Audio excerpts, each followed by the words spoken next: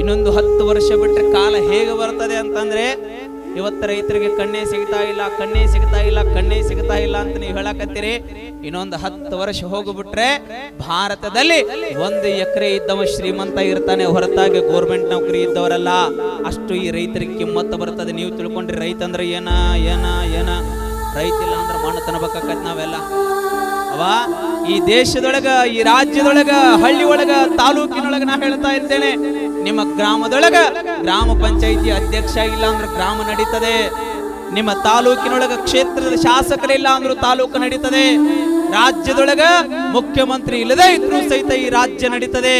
ದೇಶದೊಳಗ ಪ್ರಧಾನಿ ಇಲ್ಲ ಅಂದ್ರೂ ಸಹಿತ ಈ ದೇಶ ನಡೀತದೆ. ಆದರೆ ರೈತ ಇಲ್ಲದೆ ಹೋದ್ರೆ ನಾವೆಲ್ಲ ಹೊಟ್ಟಿಗೆ ಮಣ್ಣು ತಿನ್ನಬೇಕಾಗ್ತದೆ, ಮಣ್ಣು ತಿನ್ನಬೇಕಾಗ್ತದೆ.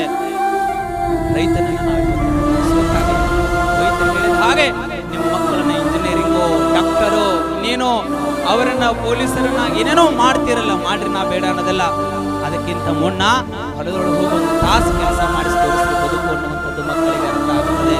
ಇವತ್ತಿನ ದಿನ ತಂದೆ ತಾಯಿಗಳು ಏನ್ ಮಾಡಾಕತ್ತೀರಿ ಅಂದ್ರ, ಮಗ ಇನ್ನು ಕೇಳು ಪುರ್ಸತ್ತಿಲೆ ಅವ್ರ ಮುಂದೆಲ್ಲ ರೆಡಿ ಮಾಡಿ ಇಟ್ಟ ಬಿಟ್ಟಿರ್ತೀರಿ.